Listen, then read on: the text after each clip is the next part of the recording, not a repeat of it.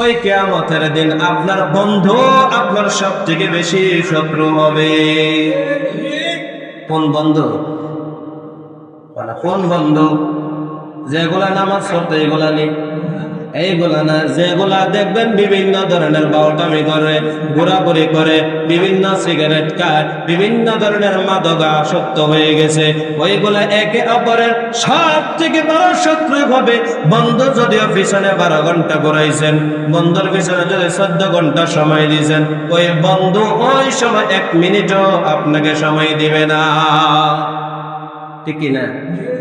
কারণ আপনার বন্ধু বলবে আমি তার বিষয়ে সব জানি। তার বিষয় কি? সব জানি, এমন কিছু নাই যে আমি জানি না। যত ধরনের অপরাধ করছে, যত ধরনের অন্যায় করেছে, আমার সাথে নিয়ে করছে। আমার কি সাথে নিয়ে করতে, তার সব কিছুই আমার জানা আছে, সব রেকর্ডে জানা আছে। সব কিছু আমার জানার কারণে তাকে আমি নেকি দিব না। সবথেকে বড় শত্রু বন্ধ হয়ে দাঁড়াবে, বলবে আল্লাহ পৃথিবীর জমিনে তার থেকে নিকৃষ্ট আর কেউ ছিল না। দুইজন ভালো মানুষ যদি থাকে, ভালো মানুষের দেখবেন এক বন্ধু আরেক বন্ধুর প্রশংসা করে কিনা? দুইজন ভালো মানুষ থাকলে বলে আপনার বন্ধু কেমন ছিল? বলে আমার বন্ধু বড় ভালো। বলে কেমন ভালো? বলে 5 ওয়াক্ত নামাজ পড়ে, কোন মানুষের টেহা মাইরা গায় না, ঠিক না? কোন মানুষের সাথে বাটপারি করে না, কোন মানুষের সাথে সিটারি করে না, কোন মানুষের সাথে দুর্নীতি করে না, কোন মানুষের মাসের সময় কম দেয় না, ব্যবসা বাণিজ্য ঠিক মতে করে, সব কিছু তার সততার সাথে করে। কিন্তু আরেকজন খারাপ বন্ধুকে জিজ্ঞাসা করবেন তোমার বন্ধু কেমন আছে? তার চেয়ে খারাপ আর দুনিয়াতে একটাও নাই। এটা হলো খারাপ বন্ধুর পরিচয়। কি বন্ধু? খারাপ বন্ধুর পরিচয়। তাহলে বোঝা গেল আপনি যে খারাপ। আরেকজন বন্ধুরে জিজ্ঞাসা করবেন আপনার বন্ধু কেমন? বলে সিগারেট খায়, বিড়ি খায়, সব কিছুর সাথে তার জড়িত আছে। তাহলে বোঝা গেল খারাপদের সাথে চলাফেরা করা যাবে না, ঠিক কিনা? খারাপ মানুষের সাথে কি করা যাবে না? চলাফেরা করা যাবে না। খারাপ আপনার সঙ্গে থাকতে থাকতেই সে খারাপ হয়েছে, কিন্তু সে আপনাকে ভালো বলবে না। সে আপনাকে কি করবে না? ভালো বলবে না। ভূমিকম্প হওয়ার কিছু কারণ আছে। হাদিস শরীফের মধ্যে 15টা কারণ আছে। কয়টা? 15টা কারণ আছে। যদি কোনো মানুষ এই 15টা যদি আপনার গুনার সাথে লিপ্ত থাকে, তাহলে ভূমিকম্প হবে, অবশ্যই অবশ্যই ভূমিকম্প হবে। রাসূল কারীম সাল্লাল্লাহু আলাইহি ওয়াসাল্লাম বলেন যে 1 নাম্বার, গনিমতের মাল যখন ব্যক্তিগত মনে করবে, গনিমতের মাল যখন ব্যক্তিগত মনে করবে, তখন মনে করবেন ভূমিকম্প হবে। তখন কি হবে? ভূমিকম্প হবে। 1 নম্বর কারণ। 2 নম্বর কারণ হলো আমানতের মাল নোট মাল করে নিয়ে যায়। কিসের মাল? আমানতের বোঝেন নেই। একজন মানুষ যেমন ধরেন আমার 50,000 টাকা দিছে, ভাই আমানত রাখেন। কি রাখেন? আমানত রাখেন। এই মালটা অন্য মানুষরা আপনার লুটের মাল হিসেবে গ্রহণ করে ওই মানুষ থেকে ছিনিয়ে নিয়ে যায়। মানুষ থেকে কি করবো? ছিনিয়ে নিয়ে যাবো। এটা কি বলা হয়? আমানতে খেয়ানত করবে, লুটে নিয়ে যাবে, তখনই বুঝবেন আপনার ভূমিকম্প আসতেছে। তখন কি করবে? ভূমিকম্পের জন্য অপেক্ষা করতে।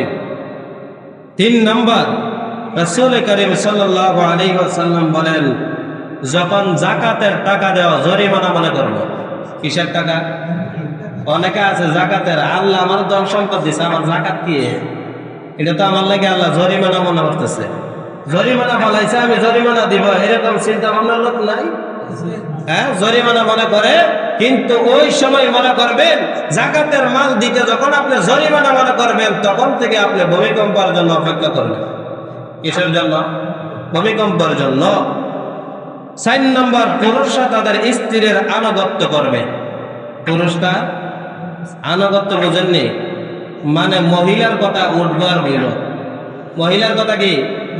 ঘরের স্ত্রীর কথায় উঠবে আর বসবে, তারা মহিলার পূজা করবে, মহিলার কথায় চলবে। এখন দেখা যায় কিছু কিছু সমাজের দিকে তাকাইলে এইটাই মনে হয়, ঠিক কিনা? ওটা আছে না নাই? পুরুষের কথায় মহিলার কথায় উঠবে আর বসবে যে স্বামী, ওই ঘরের ভিতরে বুঝবেন যে ভূমিকম্প আসতেছে। কি আসতেছে? এটা কি আমার কথা? কার কথা? হাদিসের কথা। কার কথা? হাদিসের কথা। হাদিসের কথা তারা মিথ্যা মনে করবে, সাথে সাথে বেঈমান হয়ে যাবে, সাথে সাথে কি বেঈমান হয়ে যাবে।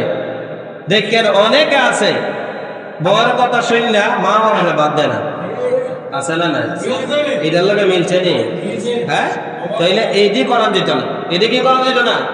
মারে মার মতো রাখতে হবে, স্ত্রীকে স্ত্রীর মতো রাখতে হবে, সন্তানদেরকে সন্তানের মতো রাখতে হবে, ভাই বোনদেরকে ভাই বোনদের মতো রাখতে হবে, ঠিক না?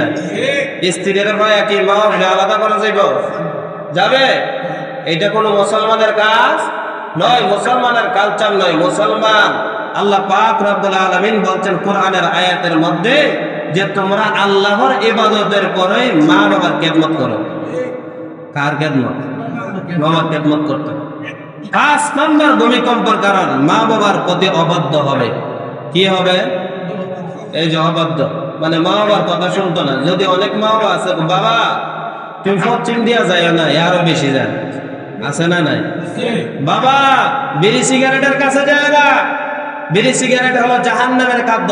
কিসের খাদ্য? এখন কিসের খাদ্য? জাহান্নামে 3টা জিনিস থাকবো। কয়টা জিনিস? আগুন, ধোঁয়া এবং কি দুর্গন্ধ। কয়টা বেশি? 1 নম্বর কি? 2 নম্বর ধোঁয়া, 3 নম্বর বিড়ির মধ্যে আসেনি দি অনেকে যারা কাজ হতো না, বিড়ির মধ্যে অনেকে আছে যদি আঙ্গুর সামনে দেন আর বিড়ি খাইতে রাখে, কোনটা নিবা? কোনটা নিবা? বিড়িটা নিবা, কারণ তারা আঙ্গুরের থেকে আরো বেশি মনে করে, ঠিক না? তাইলে বোঝা গেল বিড়ি কিসের খাদ্য? জাহান্নামের খাদ্য। কিসের খাদ্য? জাহান্নামের মধ্যে বিড়ির মধ্যে যতটা গুণ আছে জাহান্নামের আগুনের মধ্যে ততটা গুণ আছে। বুঝছেন কথা? তাহলে খাওয়া যাবে বিড়ি? বিড়ি খাওয়া যাবে? আজকের থেকে না করে দেন। যদি আপনি ত্যাগ করেন যে আমি হিম্মত করছি আজকের থেকে খাইব না, হুজুরের বানের না কথা না, এটা কার কথা? আল্লাহর কথা। কার কথা? আল্লাহর কথা। একটা সূরা শুধু বিড়ি নিয়ে আলোচনা করবে একসাথে, শুধু বিড়ি জাহান্নামের খাদ্য যে, এটা আমার কথা না, কোরআনের আয়াত আছে। তাহলে বিড়ি খাওয়া যাব?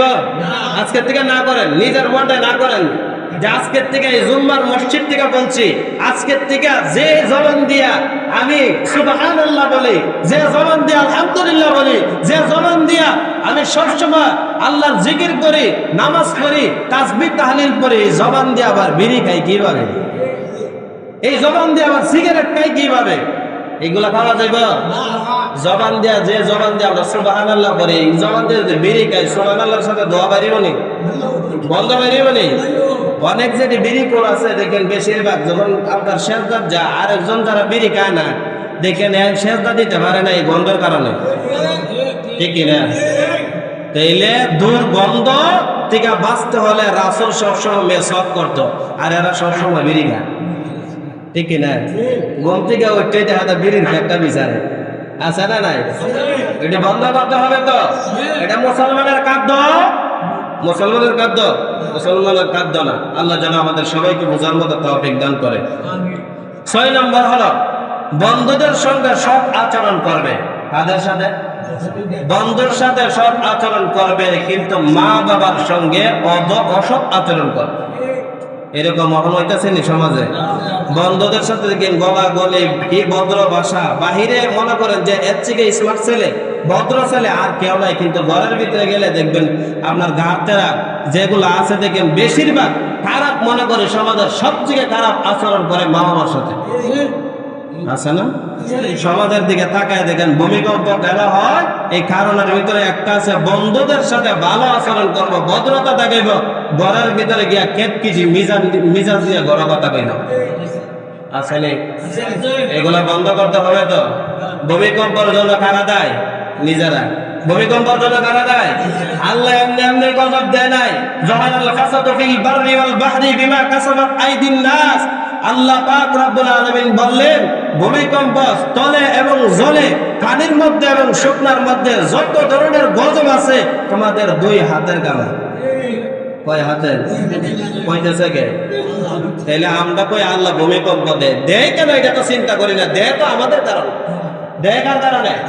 আমাদের কারণে। তাইলে আমরা যদি পাঁচ পাঁচ থেকে বাচ্চা থাকি তাহলে তো আল্লাহ ভূমিকম্প দিত না। কি বোঝে? ভূমিকম্প দিবেন দিবেন না। তাইলে আমরা পাঁচ পাঁচ থেকে কি করতে হবে? বাঁচতে হবে। বন্ধুদের সাথে যত আচরণ করেন মা বাবার সাথে ভালো আচরণ করতে হবে। তার সাথে এমন ভাবে নম্র ভদ্র কথা বলবেন যাতে মা বাবার মনে কোনো কষ্ট না যায়, এরকম ভাবে কথা বলতে হবে। এটা হলো আল্লাহর কোরআনের কথা। কার কথা? কোরআনের কথা। 7 নাম্বার, মসজিদে শোরগোল। এটা কিন্তু প্রায় মসজিদে মানে গোল আকারে বৈশা মিটিং করা। মসজিদের কথা আছে না নাই? এটা কিসের কারণ? ভূমিকম্পের কারণ। কিসের কারণ? ভূমিকম্প। আমি বলি মসজিদে যদি একটা কেউ আপনার জমিনে পানি দিচ্ছেন নি, এরকম কয় না? ও পানি দিয়েছে, সার দিতে হইব, এই দিতে হইব, সেই দিতে হইব, এই যে শুরু হয়েছে। এই যে কি হয়েছে? শুরু হয়েছে। একবার নামাজ মনে করেন দাঁড়া না রাখ পর্যন্ত ইকামতের সময় কথা কয়। এরকম লোক আছে না? শোরগোল মানে বুঝছেন নি? গোল আকারে বৈশা, এটাও কিয়ামতের আলামত। ভূমিকম্পের একটা কারণ। আমি সবসময় বলি মসজিদে আসার পরে অন্তত পক্ষে সুবহানাল্লাহ, আলহামদুলিল্লাহ, লা ইলাহা ইল্লাল্লাহ, আল্লাহু আকবার বলবেন, সব করে যাবেন। কিন্তু বাহিরে গিয়ে কথা বললেন, কিন্তু মসজিদে কথা বলা যাবে না। দুনিয়াবি কথা বললেন, কি মানে দুনিয়াবি কথা বলবেন না। কোরআন শরীফ তেলাওয়াত করে এমন সময় নিষেধ যারা আপনার কাছে আপনার নামাজ পড়তেছে, আপনার কাছে কি, আর আপনারা কে বলছে কথা বলতে? মসজিদে এসে কি করবেন? কেউ কথা বললে ভাই কথা বললেন না, এটা মসজিদে কথা বলার জায়গা না। কি বলার জায়গা না? কথা বলার জায়গা না। আসেন আমরা 8 নাম্বার, সম্প্রদায়ের নেতা নিকৃষ্ট চরিত্রের লোক হবে।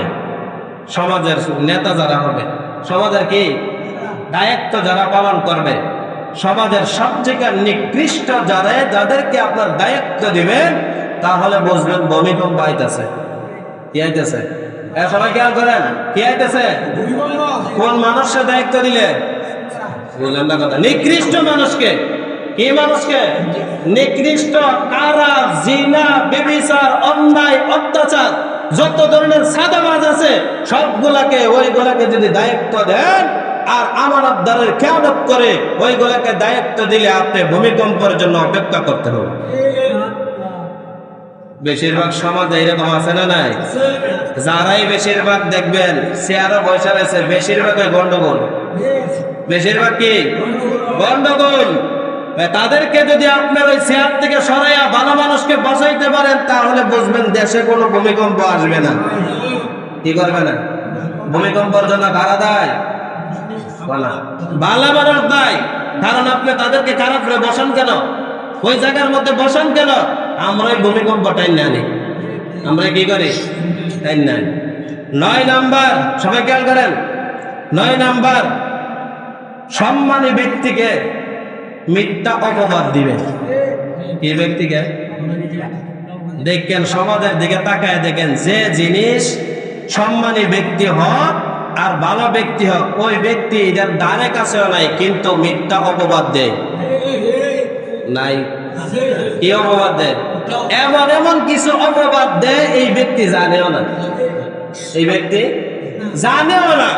তাহলে যারা মিথ্যা অপবাদ দিবেন সম্মানী ব্যক্তিদেরকে, ভালো ব্যক্তিদেরকে, আপনি ভূমিকম্পের জন্য, আল্লাহর গজবের জন্য অপেক্ষা করেন। কিসের জন্য? গজবের জন্য। 9, 10 নাম্বার, মদ পান। কি পান? আসেনি মদ পান? হ্যাঁ, মুসলমানের সন্তানরা খায়নি? খায় না বলে? খায় না? মুসলমানের সন্তানরা খায়। রাসূল বললেন 10 নাম্বার, তোমরা ভূমিকম্পের জন্য